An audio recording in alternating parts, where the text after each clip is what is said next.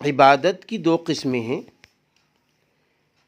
ایک مالی عبادت ہے اور دوسری بدنی عبادت ہے۔ روزہ خالص بدنی عبادت ہے، جسمانی عبادت ہے۔ یہ الگ بات ہے کہ روزے کی حالت میں زیادہ سے زیادہ صدقہ خیرات کرنے اور خدمت خلق کی تلقین کی گئی ہے۔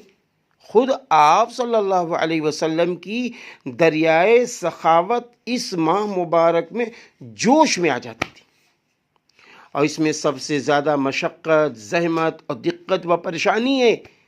اسی لیے اس کا اجر و ثواب اتنا زیادہ ہے کہ اس کا بدلہ اللہ تعالیٰ فرشتوں سے نہ دلوا کر خود عطا کریں گے۔ کس کا؟ یعنی روزوں کا بدلہ۔ میری ماں بہنوں، توجہ دو، توجہ دو، اللہ کی کیسی مدد ہے۔ جبکہ دیگر عبادتوں کا بدلہ اور اجر و ثواب اللہ تعالیٰ فرشتوں سے دلوائیں گے۔ ایک حدیث قدسی میں اس کی جانب صراحتاً ذکر ہے کہ روزہ میرے لیے ہے، الصوم لی وانا اجزی بھی، روزہ میرے لیے ہے اور روزے کا بدلہ میں خود دوں گا۔ اللہ تعالیٰ فرما رہے ہیں، حدیث قدسی ہے بھائی۔ روزے میں بھوک سے کہیں زیادہ پیاس کی شدت ہوتی ہے۔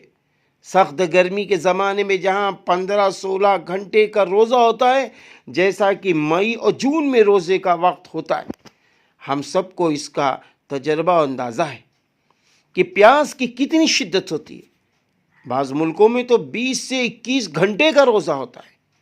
وہاں بھی اللہ کے بندے خوشی خوشی روزہ رکھتے ہیں اور اس رکن کو ادا کرتے ہیں۔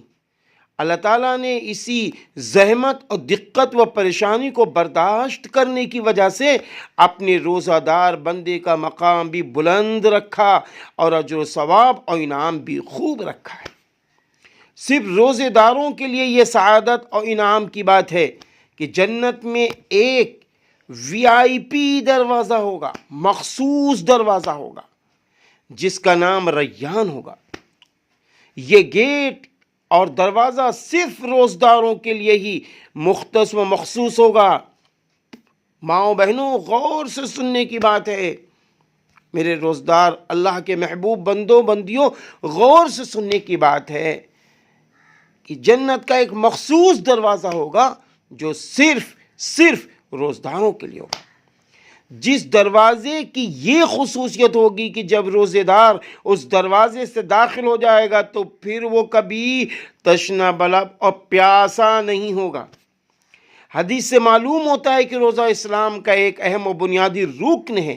حضرت عبداللہ بن عمر رضی اللہ عنہما سے روایت ہے کہ رسول اللہ صلی اللہ علیہ وسلم نے فرمایا، 5 چیزیں اسلام کی بنیاد ہیں۔ اس بات کی گواہی دینا کہ اللہ تعالیٰ کے سوا کوئی معبود برحق نہیں، اور یہ کہ محمد صلی اللہ علیہ وسلم اللہ کے بندے اور اس کے رسول ہیں، اور نماز قائم کرنا اور زکوٰۃ ادا کرنا اور حج کرنا اور رمضان کے روزے رکھنا۔ یہ بخاری شریف کتاب الایمان ہے، بخاری شریف میں یہ روایت موجود ہے۔ اس حدیث میں 5 چیزوں کو اسلام کی بنیاد قرار دیا گیا۔ کلمہ شہادت کا اقرار، نماز، زکوٰۃ، حج اور روزہ۔ اسلام کو ایک عمارت سے تشبیہ دی جائے تو اس عمارت کی بنیاد 5 چیزوں پر قائم ہے۔ جس طرح کوئی بلند و بالا اور خوشنما عمارت اس وقت تک قائم نہیں رہ سکتی جب تک کہ اس کے نیچے بنیادی ستون نہ ہو، اسی طرح اسلام کے بھی 5 بنیادی ستون ہیں جن کے بغیر کوئی شخص اپنے اسلام کو وجود و بقا نہیں دے سکتا۔ 5 ستونوں میں ایک اہم ستون روزہ بھی ہے۔ 5 اہم ستونوں میں ایک اہم ستون روزہ بھی ہے، روزہ بھی ہے میرے بھائیوں، میری بہنوں۔ روزہ انسان میں خدا ترسی، للہیت، خشیت اور تقوی کا جوہر پیدا کرتا ہے۔ اللہ تعالیٰ نے فرمایا لعلکم تتقون۔ روزے کا مقصد کیا ہے؟ تاکہ تم متقی بن جاؤ۔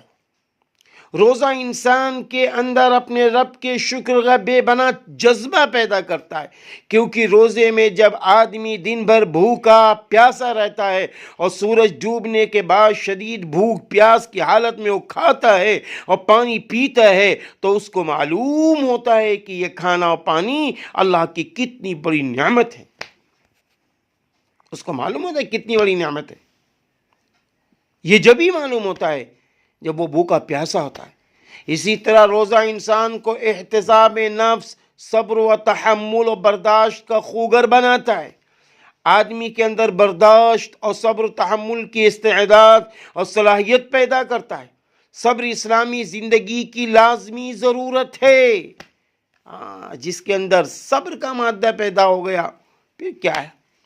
اسی لیے تو ہے حدیث پاک میں کہ جب انسان قبر میں داخل کر دیا جاتا ہے تو مردہ جب قبر میں داخل کر دیا جاتا ہے اس کا صبر کونے میں کھڑا ہو جاتا ہے، اور فرشتے جو اللہ تعالیٰ کی طرف سے آتے ہیں اور وہ جب سوال کرنا چاہتے ہیں 3 سوالات تو وہ نماز، روزہ، حج، زکوٰۃ یہ اس کو سوال نہیں کرنے دیتے ہیں۔ جب وہ فرشتے چلے جاتے ہیں تو وہ صبر کہتا ہے کہ اے نماز، اے روزہ، اے حج، اے زکوٰۃ، اگر تم اس وقت کے اوپر ایسا کرتے کہ اس کو جگہ دیتے تو میں اس کی جگہ پر کھڑا ہو جاتا، کیونکہ اس نے مجھ سے محبت کی ہے۔